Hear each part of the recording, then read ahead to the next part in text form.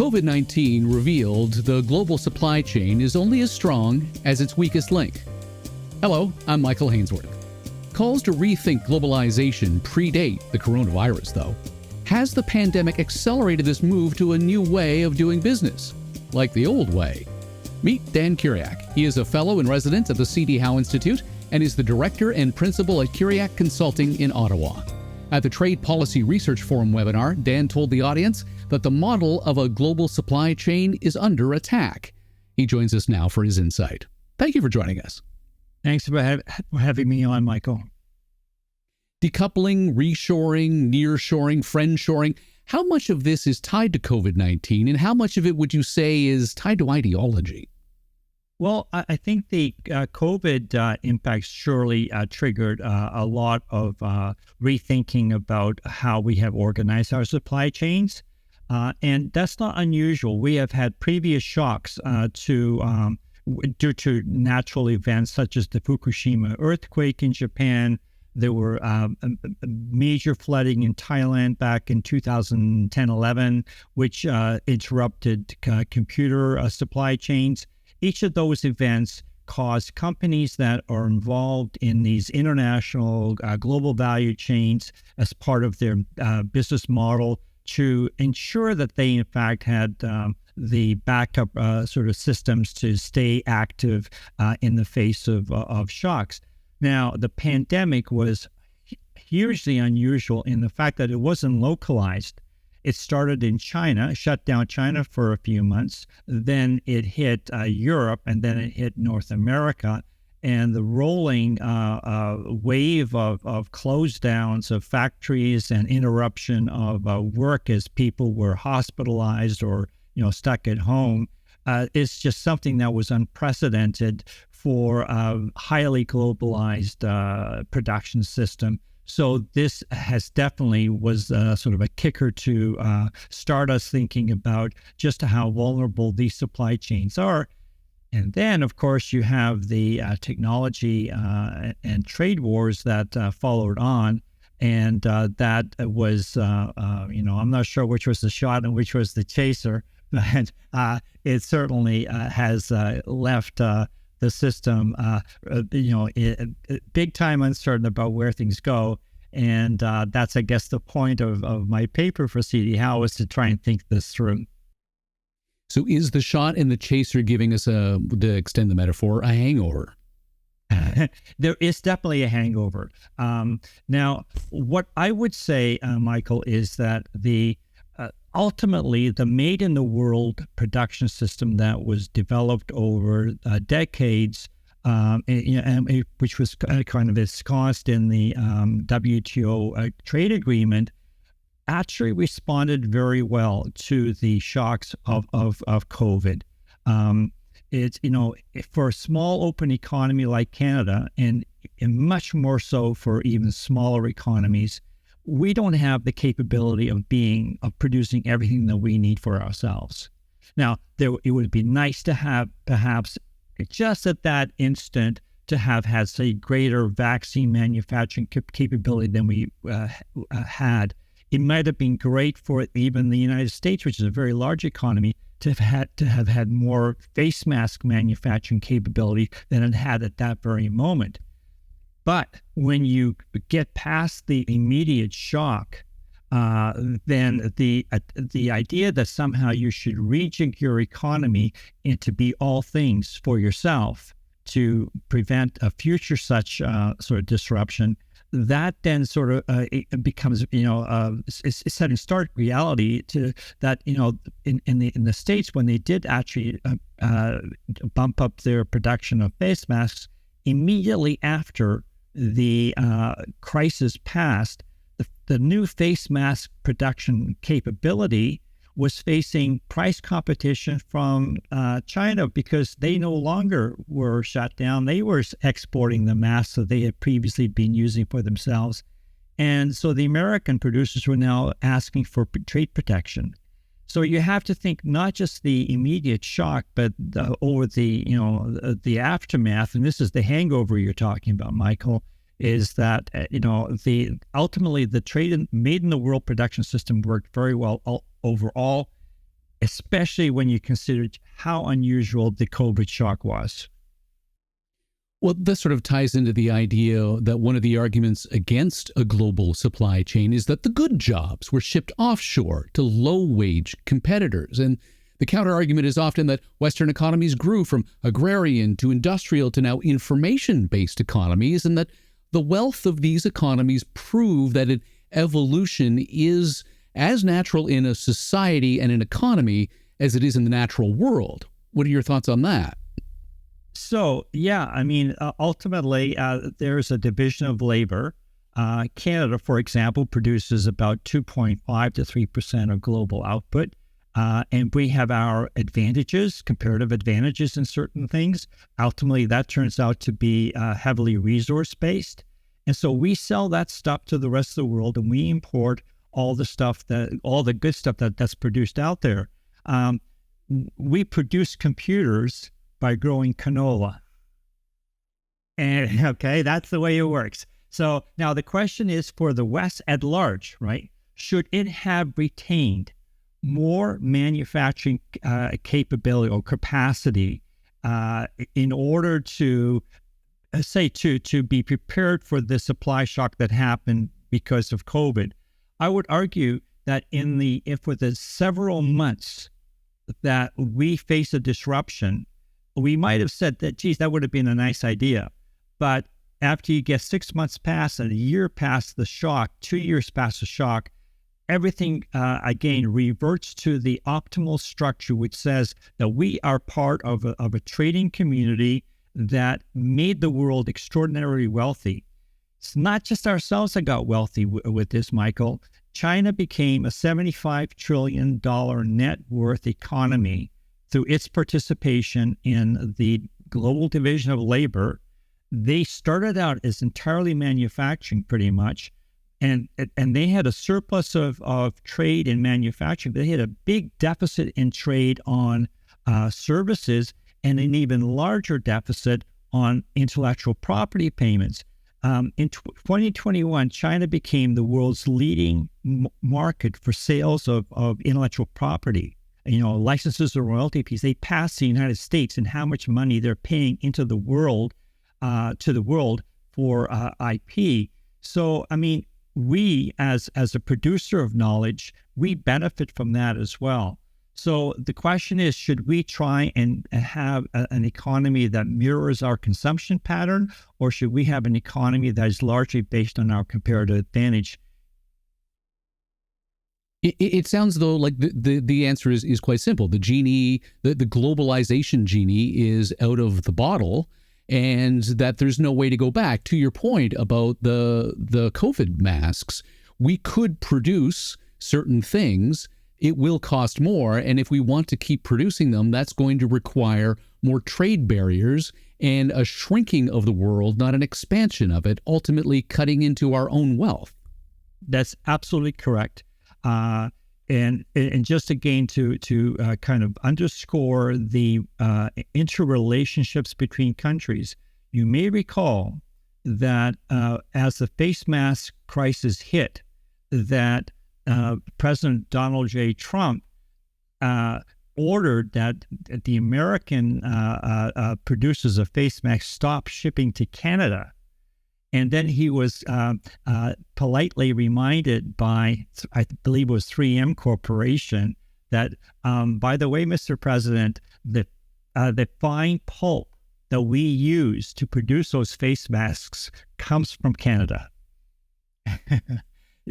So again, the interdependence is there. And ultimately, I think in the West, while there was a bit of me firstism kind of for some weeks, by and large, the West came to its senses in that regard, and we continue to trade and to share in the pain of facing inadequate supplies temporarily to save the system. But while the policies of Donald J. Trump may have led to eyebrows being raised, the follow-on administration is also engaging to a degree in reshoring and things of that nature. I'm asking you if there's a limit to the public's tolerance for reshoring, because the cost of making an iPhone in Alabama versus China, must be significantly higher, and those costs would get passed on to the consumer. That's absolutely correct. I mean, we make we extract benefits from the trading system in two ways. One way is that we participate in the production and therefore get paid higher wages. The second way is that the price of the stuff that we buy falls. Either way, we're getting a benefit. And ultimately, you've got myriad firms, tens of thousands of trading firms, which find their best optimal way to produce their products to get them to market. Apple, for example, relies heavily on China because China developed the very complicated supply chains that support the production of iPhones. They're trying to move some of that to India, and we'll see how well that works, because it's one thing to move assembly. It's another thing to move the entire supply chain. And the Chinese economy and the Indian economies are just very different when you look at their fine structure. So, and of course, that's the same is true for Alabama versus, Shanghai or Guangzhou. It's very, very difficult to replicate these intricate structures that are devised not by governments, but by tens of thousands of firms entering into individual contracts with suppliers and building trust, determining, making sure that they've got the right specifications for their products, and putting in place the capacity to produce just in time, the right amount, the right product for the right customer. That is very, very hard to do. And it's very hard to have that rejigged based upon some dictum from a government. Well, let's expand on that, because the decoupling of the semiconductor industry from China, returning it to the United States or its allies, is seen as a geopolitical move to lessen the power of China, more than giving an unemployed Alabama resident a new skill and an income.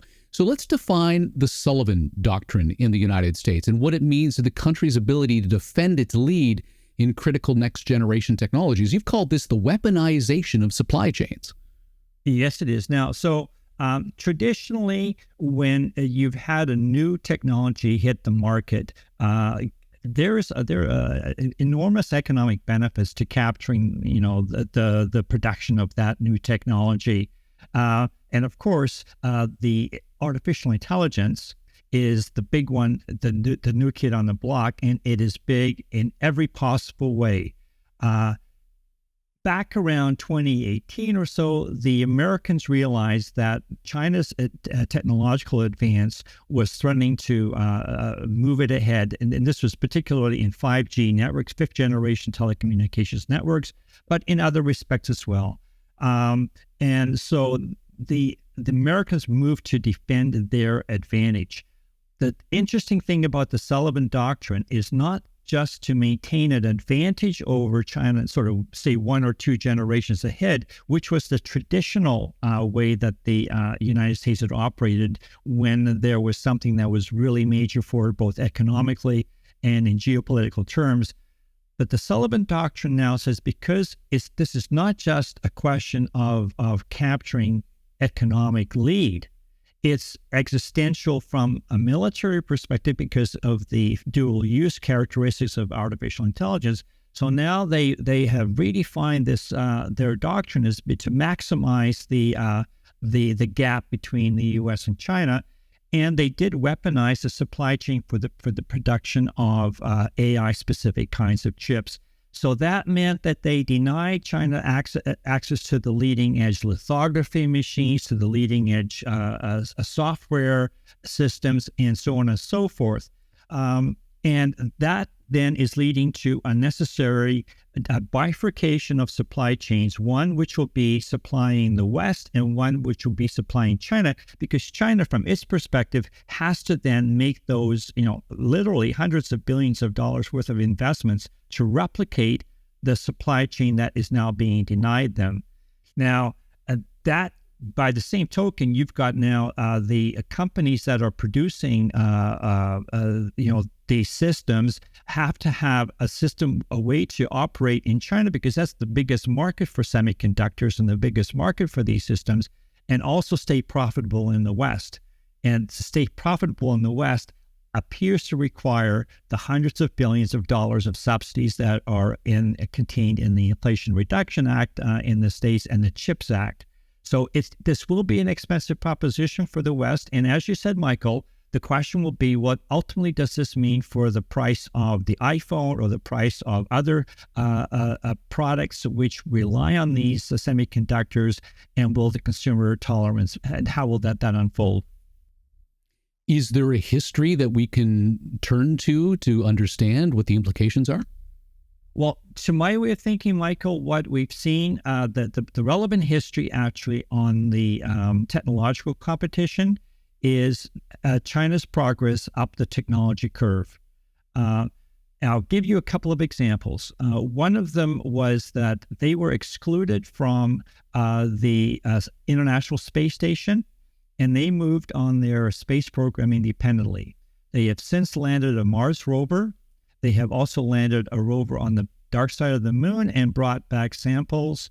They have built their own International Space Station. It's a smaller version of the one that we have, but they have actually done all that, and their progress continues. So there's one example. On civilian aircraft, they finally got, after many delays, they got their civilian aircraft on its maiden commercial flight. The civilian aircraft is probably the single most complicated product that we've ever produced. It's just that, just that many components, that many systems to make sure that flies sort of reliably.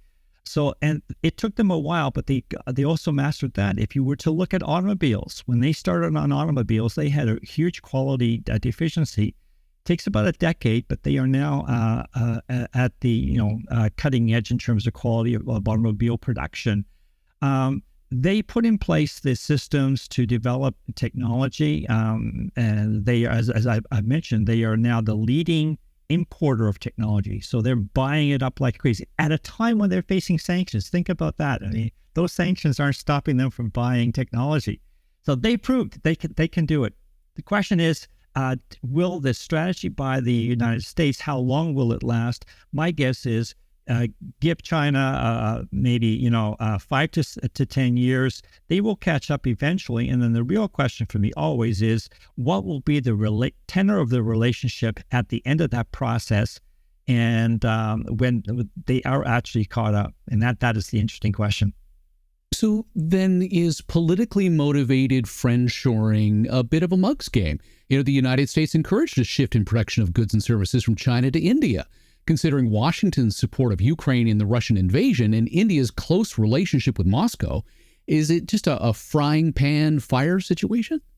Well, that one there, I think, is, there were a number of attempts made to repatriate supply chains out of China. Japan, for example, offered quite a large sum of money to its firms to move stuff out of China. And of course, the Americans tried to motivate the shipment or the relocation of production out of China into India, Vietnam, and also the problem there is twofold. As I mentioned, the underlying substrate or supply structure for any industry evolves over time to support that specific industry. So when you take the say semiconductors depends on chemical industries, on plastics, on a whole bunch of other different industries, which are then present locally, and to be able to supply the ultimate producer of that chip everything that they need. And if you don't have that entire supply chain in India, you may move the assembly or the production of the sort of top end of this production value chain there, but the rest of the supply chain is still in China. You're no better off. And countries like Vietnam, for example, also just have a limited capacity. One of the points I make in my writing is that China will add in the next 3 years about 4.2 billion to its economy, 4.2 trillion to its economy, and by 2025, and that is the size of India's economy in 2025. They're going to add in India to their economy in the next 3 years. It's a huge economy. You just can't politically mandate that this complicated structure be somehow replicated in economies which are much, much smaller and actually are engaged in different activities right now. So it is a mug's game, and it's, as far as I can tell, it's not really working. I think what's going to happen is in the critical areas of advanced computer chips, China will eventually catch up. The West will probably stay advanced on this, but how this political relationship unfolds will be the major impact. What's happening, of course, is that we're seeing a serious deterioration in the political relationships, and that's not good for the world. So not only is it not something you see as being effective from the impact on the other side of the ledger, but you've also stated that keeping an economy functioning in the face of supply disruptions means maintaining strategic reserves of energy, staple foods, medical equipment. Even when it comes to something as critical as this, it's a great idea in theory, but it doesn't have a lot of success in practice. So, Michael, on the key sort of staple things, we do have strategic reserves and we have emergency preparedness plans. Actually, when I examined the plans for a pandemic, the ones that we put in place in Canada, they look excellent on paper in terms of having because we went through the SARS-1, right, and the COVID was just SARS-2, so same thing, just much bigger scale. And the reality was that the plans were excellent, well thought through. We knew exactly what we needed to have. We just didn't have the scale of preparedness for this new shock. And so we actually wound up having to take sort of emergency measures to shut down the economy because we could not supply ourselves with the personal protective equipment at the scale that we needed. But again, that was still a temporary sort of shock. There was a shockwave through the economy, cost us, but we come out at the end of it and we recouped the production that was lost.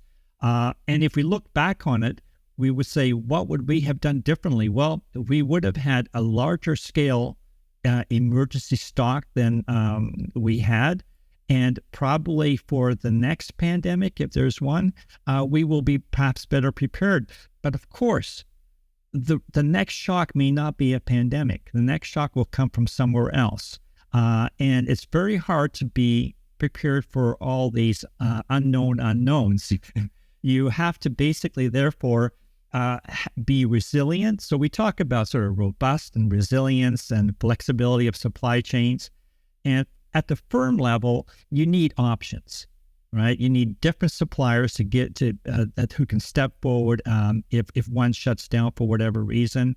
And if every firm takes care of business that way, then the whole global network of production will respond resiliently to any shock anywhere, as long as, of course, it's not an extinction event for the whole global economy. Setting that aside for a moment, if public sector risk calculations sometimes do need to override private sector decisions, whether it be for political or healthcare reasons, what's the best way forward without putting the invisible hands of the market in shackles? So definitely there are cases where there are major externalities that are not priced into the internal pricing and considerations of private firms. And we live actually in an age where these externalities are almost dominant considerations, whether it's climate change or whether it's, of course, the race to dominate AI and or to regulate AI. These are truly major questions for which require societal responses. So in such cases, then governments may have to override private decisions and say, like, for the good of all, we all have to take a hit on this or that issue. I would argue certainly the lead in artificial intelligence right now falls into that category for with governments around the world. They feel the need that they've got to be, certainly the major jurisdictions, China and would be there, the U.S. will be there, the European Union will be there. They want to make sure that they're in a position that they are not falling behind and unable to compete. And so they are all putting in play literally hundreds of millions of dollars or won or euros to ensure that they've got that foothold, and the taxpayer pays. So that's the way it works.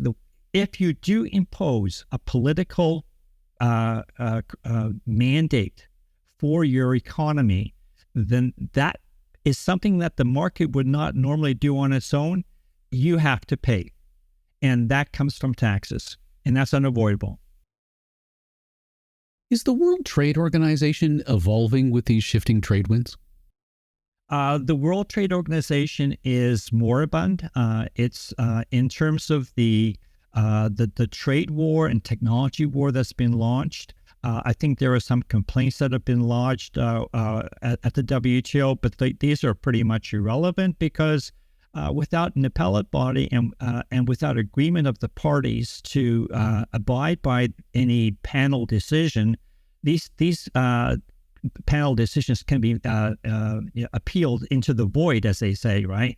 And so you go through the process, but it doesn't have any impact on the actual economy. So the WTO is sidelined. We are now, for much of world trade, okay, if we're trading in, baby prams or whatever, that system is still functioning, is going according to WTO rules, and people who are involved in that, if they need to take something to the WTO, it's still being settled amicably. For the areas where the actual contest is right now, the WTO is sidelined. So we're in the Wild West, as it were, in that regard. Dan, thank you for your time and insight today. You're most welcome, Michael. These are exciting and troubling times. Dan Ciuriak is a fellow in residence at the C.D. Howe Institute and the director and principal at Ciuriak Consulting in Ottawa. Read the expanded verbatim of his presentation to the Trade Policy Research Forum at cdhowe.org. Still to come from the C.D. Howe, the Tax Reform Conference, June 14th and 15th at the Institute's Yonge Street headquarters in Toronto. On day one, Personal Taxation with Jack Mintz, Senior Fellow at the Institute and the President's Fellow on the School of Public Policy at the University of Calgary, alongside Kevin Hassett, a Distinguished Visiting Fellow at the Hoover Institution and former Chairman of the Council of Economic Advisors. And on day two, Business Taxation. Mintz returns as chair as we hear from speakers including Wayne Adams of the Canadian Tax Foundation, Don Drummond of Queen's University, and Joe Oliver, former Minister of Finance for the Government of Canada. Go to cdhowe.org to register. I'm Michael Hainsworth. Thanks for watching. You've been listening to the C.D. Howe Institute podcast with Michael Hainsworth. Subscribe on iTunes, Google Play, and Spotify. The C.D. Howe Institute is an independent, not-for-profit research institute whose mission is to raise living standards by fostering economically sound public policies. The Institute is widely considered to be Canada's most influential think tank and a trusted source of essential policy intelligence, distinguished by nonpartisan, evidence-based research and subject to definitive expert review. Visit cdhowe.org and follow us on Twitter and LinkedIn. Thank you.